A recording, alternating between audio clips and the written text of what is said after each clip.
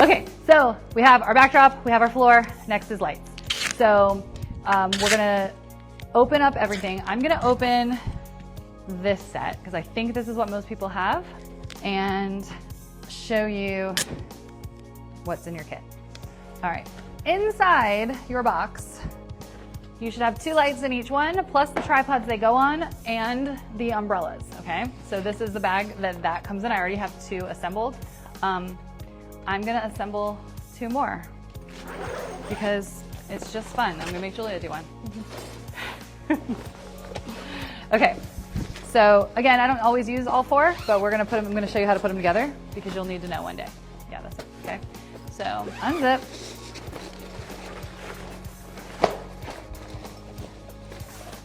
You should have 4 sticks. What we're gonna do is you're gonna take your umbrella and you're going to lay it out like this, okay? On your silver circle-y thing, there are numbers on the lip. And let me also just say, if you have a different set with a better version of this, just use it. I have other ones, they're so much easier. But if you only have this one and you need this tutorial, you'll understand why I leave those set up, because this is the worst thing ever. There are numbers. We are using, based on the size of our umbrella, because this is like universal, we're using the number 2s. Okay, so there are circles on the outside around the number 2s, and that's what we're using. Don't remember how I know that, but I think it must have told me that in the instructions somewhere. Okay, you're going to start by putting it in the middle of your umbrella on the silver side. Okay, then you're going to take one of your sticks and you're going to thread it through the white elastic and this other little silver doohickey, and you're going to stick it in one of the number 2 holes. Okay, and that seems so easy. Then you're going to do it to another one.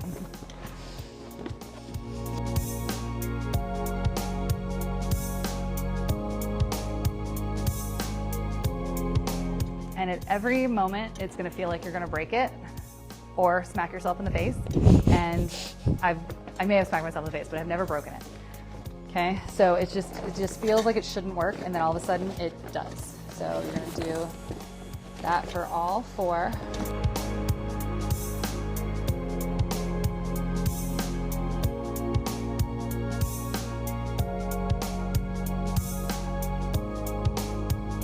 So I got the 4th one all the way in. So I'm literally going to use my hands and my strength and my knee and my and put it in.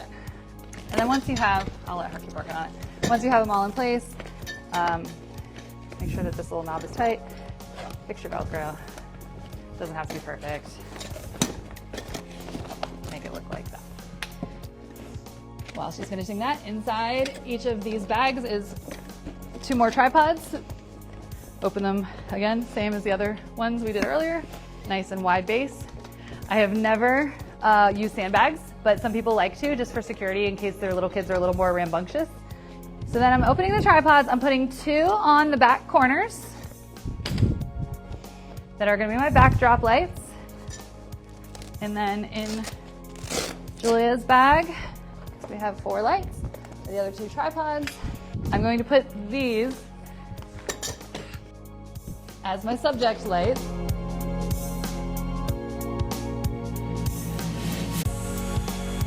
Oh, it's like centimeters away. Yay, we did it. Okay, Jenna, this one's important. Everyone pay attention to where I'm putting these tripods.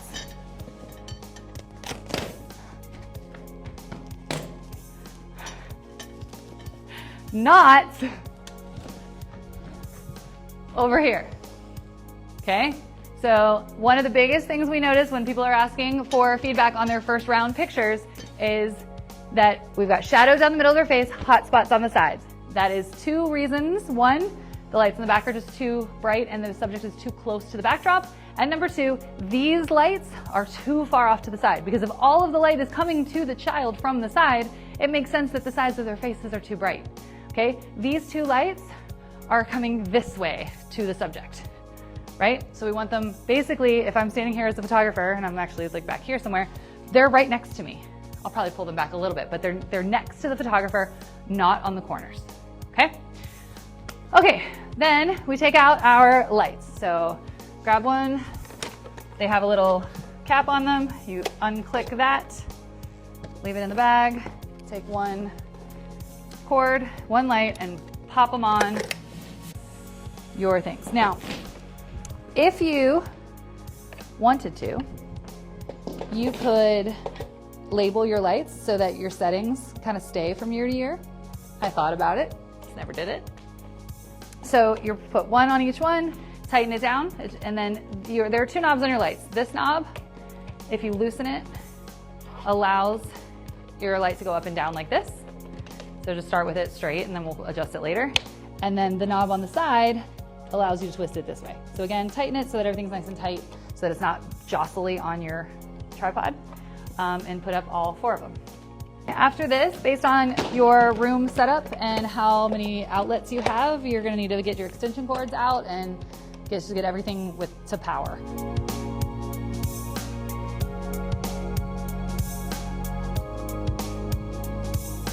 And then once you have everything with the extension cords, go ahead and turn it on just to make sure that it's on. And then we're gonna put the umbrellas on, we're gonna start with just umbrellas on the two subject lights.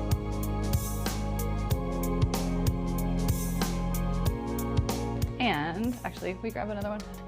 Thanks. Okay, so on these, you have the three little things and they fit into there. I will say be very careful. Actually, have this turned off. I lied. Have this turned off before you put this on, because if the metal hits the metal, sometimes it sparks and can blow your bulb. I've had that happen at least once. So you're going to connect it. It's a little awkward. Make sure it's straight going in there. And then you twist it. So this little guy, this little screw inside here, that makes it not spin in your hand. So I thought I had it tight, but for some reason it kept spinning. That's what was happening. So if this is loose, you won't be able to, because this will spin without spinning the three little knobs. So just, if you're having trouble, check that knob. Anyway, okay. So then the next thing. This one doesn't have one, does it matter? Oh, it probably fell off. But yours works better, so there you go. Fine. Okay, the next thing you're gonna do is put on this guy. It comes with another one that goes on the inside. I don't need to use it, I've never needed it. I think this is plenty. It has a little pocket, basically. You just put it all around. And this is a diffuser, so it helps make the light less harsh. We need it, it's important. Okay, and then once that is on, it just Velcros on, it just pops on really easily. We're gonna up these. I like to start them, just to give you an idea, just kind of mid, I guess shoulder height, right? A little bit lower, chest height, because try to think about light as a physical beam, okay?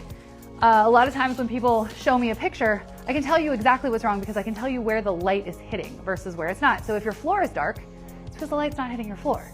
If your side of your face is dark, it's because the side of your face isn't being hit.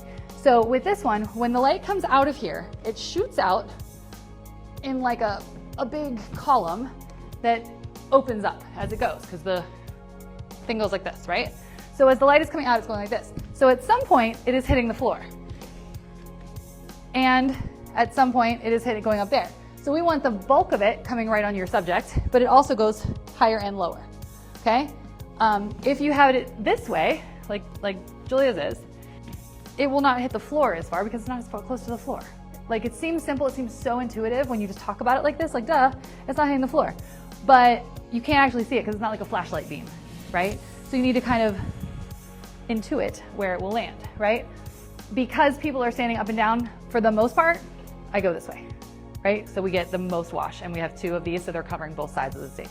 The reason why lighting gets so tricky is because it is in 4-dimensional space that we're worrying about this, right? It's not as simple as last year I put the light here, right? Last year you might have put it on that spot if you tape that spot and put it in the exact same spot. But are you also taping the height of your tripod? Do you have a protractor telling you exactly what angle the head is pointing? Do you know which way it's going this way versus this way? Like I don't even know, so many different variables at play. So you kind of just have to understand what's happening. If these are crossing too much, then you're gonna get a lot of heat. You're gonna get a hot spot right down the middle of their face, and then it's gonna be dark on the sides because the light is literally crossing, right? And so the hot spot is here. So just paying attention to how light comes out of a flashlight is basically what you're doing. And you can play with and adjust the level and play with the shadows, okay? All right, we have our lights all here and we know that they work. The next thing we're gonna do is make sure our backdrop is evenly lit, okay? So we have to get our camera out and get our remote flash. So my remote looks like this. I have another one that looks completely different. Depends on what set you got, what kit you got. And they're all just a little bit different. It attaches to the top of your camera like so. Tighten it down. Have a spare set of batteries. These just take like AA batteries, so have those in your bag ready to go in case you need them. And we're gonna get our camera set first. To work with the strobe lights, your camera needs to be on manual. There's a little bit of nuance here. It might change a little bit, but I would say start here and then work away from it if it doesn't work for you. I would just start at an ISO of 100 if your camera goes that low. If not, whatever the lowest is for you. Some cameras only go to 200. Okay, so 100 or 200, as low as your camera can go for ISO. Your shutter speed should be 1 over around 200. Okay, so start at 200, 220, somewhere around there. And your f-stop should be around 3.5 or 4. Don't go lower than 3.5, but if yours only goes as low as 4, that is fine. Okay? All right, so I have mine at 1 over 200, f 3.5, and ISO 100. That's where I'm starting. That's where I feel safe. Okay? The next thing we're gonna do, we're gonna make sure our subject lights are turned off and our backdrop lights are turned on as low as they go. 3.5 is good for groups too because you are standing far enough away. Now, some of you, when you open your lights, sometimes they are set to fractions and sometimes they are set to numbers. Honestly, the fractions give me a headache. So I changed my display to whole numbers. I can try to look up how to do that. You might just have to look in the manual or Google it, but it just makes things a lot easier to me. It makes sense that 5 is lower than 8. But when you use fractions, it's inverse and it's just too much math when I'm in a hurry, okay? So, but I know there is a way to change it, okay? So I'm starting mine at 5, right? All I'm doing is they are on 5, and now when you're shooting your light at your backdrop, the intent is that the beams of light, again, if it were a flashlight, are gonna cross. So you want this one to be hitting here, and you want that one to be hitting here. That's how you make sure that the entire middle is lit. If you just shoot that one there and shoot this one here, you're gonna end up with boobies of light, okay? And you won't be able to get rid of them because you'll have this dark spot in the middle and you will just see these like bright spots, okay? So don't do that. Cross that one over. And so you might have to pull it off the backdrop just a little bit so that you have that a good angle. And then this one's gonna go here. And again, you can play with the height on this one. For some reason, it seems to work pretty low because most of your subjects are short. You know, you're not doing a ton of jumping pictures, but if you notice that the top of yours is a little dark, you could raise these up a little bit. But we're gonna start at 5 and I'm gonna take a picture. So sometimes it's hard to focus on just the plain white because there's nothing there for it to focus on. But usually if you find the crack or some shadow, so I focus on that and I take a picture. Now, all right, so that was my very first one. Can you see it? Yeah, all right. So do you see that only this tiny little corner is blinking? Okay, so that means it's not high enough. Now, I'm not gonna get into it right now because we are crunching on time now.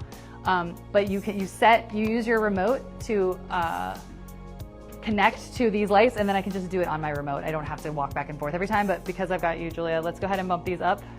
That was really dark, so I'm just gonna go ahead and bump it all the way to 6.5 and see where we are, okay?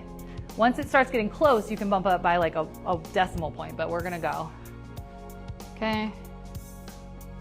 All right, for some reason now I'm not blinking at all, which is weird because it was blinking at that. So this is where like common sense stops working.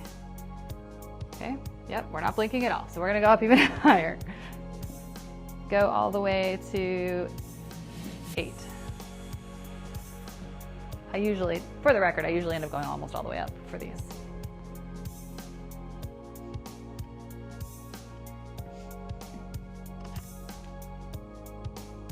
Okay, so now we're blinking on the hot spots on the side.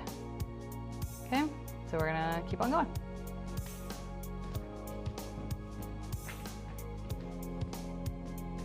I'm gonna go to 9.5.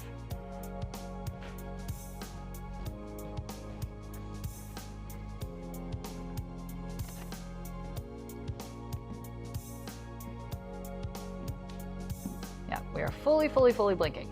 Now, we're almost so fully blinking that I think I'm gonna go down like a decimal at a time just to get to that point where we break. Because I could just turn these all the way up, and if they were fully blinking, it would be great, but it might be way overkill, and then we have too much light spill, right? So go down to 9, Julia, and then we're gonna work our way back up 1 decimal at a time. Okay. And again, with the remote, so yeah, we're still fully blinking. With the remote, what's that called? Connected to the lights, go to 8.5 again. Something was weird there. With the remote connected, I wouldn't have to walk back and forth every time, but I didn't take the time to do it, but I should have.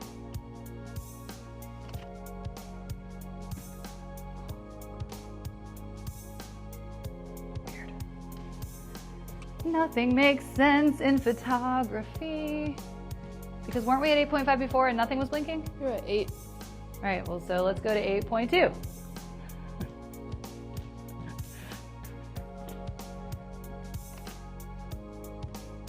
Aha! Okay, so that means that everything's blinking except for that tiny little spot right there, right? But I want the whole, and that could be something I could like tape down and fix the backdrop a little bit, but let's go to 8.3 and just call it a day, okay? So 8.3 means that the entire backdrop is lit, hopefully, in theory. Oh.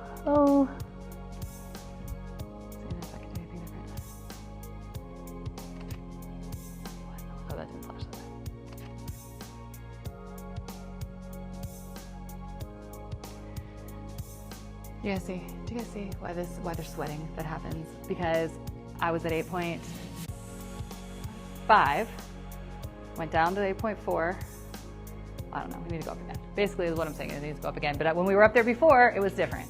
So 8.5 is just gonna be the answer, and we're gonna live there. And we're gonna accept that. Yes, full blinking, we're gonna be fine with that little spot there in the middle, okay? So just to show it again, that's A5. That's as good as I'm gonna get right now, okay? Okay, because again, we're not fully taped down. We didn't focus on the whooshes, we're fine. So now what we're gonna do is we're gonna have our subject, our helper subject, go stand right here, Julia, and then I need to back up a little bit. Okay, so, never mind. So what we're looking for with our subject is, now remember, I do 3 lines of floor so that she stands all the way in the front, on the front one. What I'm looking for when I take her picture is that she is basically a silhouette, okay? And because we don't have any subject lights on her at all, right? So we do have some light spill on her face, okay? I'm not in focus, but more or less she is a silhouette. She doesn't have anything on her arms, she doesn't have any spill on her arm. If she were to back up, go all the way back to that backdrop or the back floor.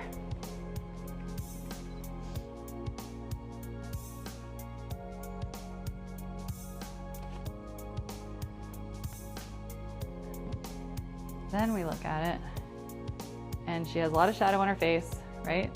A lot of light on the side of her face, okay? And she probably would have, like, she has on dark clothes, but that would all be very light on her skin, right? All that white, all the light that is spilling on her sleeve. That was not the case in this one. See how dark her outfit is? Okay, it's much darker. There's a little bit of light, but we're in a much better space, okay? So now the backdrop, notice when she's standing there, isn't blinking as bright, okay? So that means we actually could probably go up a little bit more on our backdrop, right? So I'm gonna leave her, come back to the front one, Julia, and I'm gonna go up just a little bit more because she is absorbing light. That's the other problem with light. When, yeah, go to 8-7. When she's on there, and especially if she's wearing an all black costume or an all dark costume, she's absorbing light. We're still trying to make the middle happy, right? So it's okay if they have on black and they're absorbing a little bit more, and that way if they have on white, they're absorbing a little bit, they're reflecting a little bit more. We're trying to find the best middle ground so that we don't have to change things throughout the week, okay? So here, oh, sorry. Our whole back is blinking a little bit better. Again, I would fix that in real life. I'd pull that curtain and I think we could get better blinking. Our floor is not lit, but that's okay because our floor is gonna be lit by these. Let's do one more, and then you can also see the stripes on the floor because I didn't tape them all the way down. So those are all things that would be fixed in a real scenario. Right, see the lines on the floor, not good, but I'm good with this. We're calling that backdrop ready for now. Next thing we're gonna do is we're gonna turn on our subject lights and turn them down as low as possible. So we start at the 5, and anytime this thing is blinking, sometimes it needs to purge the flash. Just flash it, and it helps something technical. I've just learned that. All right, go stand there again. Okay, and now another thing I would probably have Julia do in real life at some point is go down on her knees because you don't have to right now, but because she's not an accurate representation of children's heights. Okay, so this is where a lot of our new dance photo pros stop, I feel like, okay? Notice this, it's lovely, Julia. The highlight on the side of her face and the dark middle of her face, okay? And overall darkness, right? I want you to remember that there's still a highlight on the side of her face, but we are going to increase our front lights and not touch our back lights, okay? You can stay there. I'm gonna go up to 6. These typically are always going to be the same unless you have like a really weird situation in your classroom where maybe one wall is a different color than the other wall, or you have windows that you can't cover or something like that. You may have more light coming from one side of the room. You may want to adjust that. You may like a more shadowy look where you have more shadows. I like a bright, clean look, so I keep it the same. But we've done like some more moody company pictures before where we just do one side because then you get shadows. So that you could change those, but I like them the same. But anyway, so now just with that one adjustment, we went higher. Notice actually, Julia, can you pull your hair back again? I'm gonna take another picture because I can't see the lights on the side of your face when it's down. So.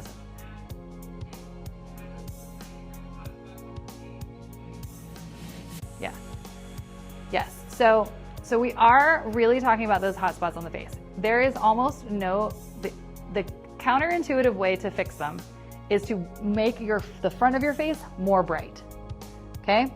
So you're always gonna have there are a couple other things that we can do, but you're always gonna have a little bit of brightness on the side of the face because of where all the lights are coming from, okay? So that was better. I'm gonna go up even a little further, which again, seems counterintuitive. We're gonna go to 6.5 and 6.5. And then I'm also gonna show you another option we have, which is moving these lights back a little bit. So, for the record, this is not how I focus. This is just a new camera and I forget where my back button focus is because it's not even working very well. But notice, I'm not changing the side lights on her face. I'm changing the front lights and making them brighter, which is making those side lights seem less bright. Okay? So, and we're now starting to completely get the white off or the shadows off the floor. And now what I'm gonna do is I'm gonna up these a little bit more. I'm gonna go up to I'm gonna go all the way to 7. I'm just gonna back it up a little bit and kind of meet in the middle, right? You can also adjust the angle here. So I would probably in real life, where am I going here? It's this. Go up a little bit, but then tip it down a little bit, right? Because that angle can help sometimes, right? Is that because it reflects? Because it's going to get more on the floor. Yep. Yep, especially if we don't need more on the ceiling.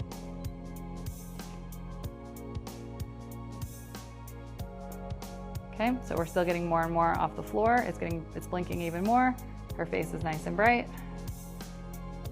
And when it comes to edit this, right now what I'm dealing with is a little bit of shadow still here, which means I'm gonna increase this one and also do the same thing. And then up there, I would play a little bit with getting that top corner lit by raising that one up a little bit more, okay? Because I also have to deal with this way. What does that look like? See, that's all completely, which again, doesn't make sense. Why, when you hold it this way, sometimes it's fully blinking, and then when I turn it this way, it's now not blinking. That doesn't make sense, but it's just what happens, okay? So I'm gonna go one more time. We're gonna raise this one up.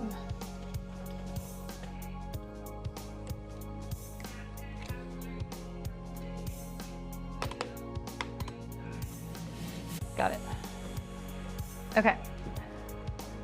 So one more.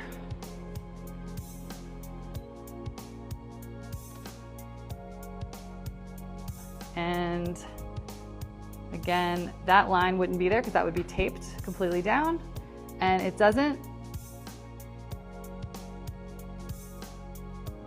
I'm happy with that. And so that's my before. And now let me get in here. Smile, Julia. I know you're so happy about this. For my like close-ups.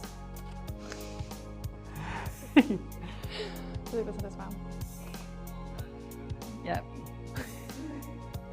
And again, remember, I would be, because she would be a short little baby child, I'd be down here, right? And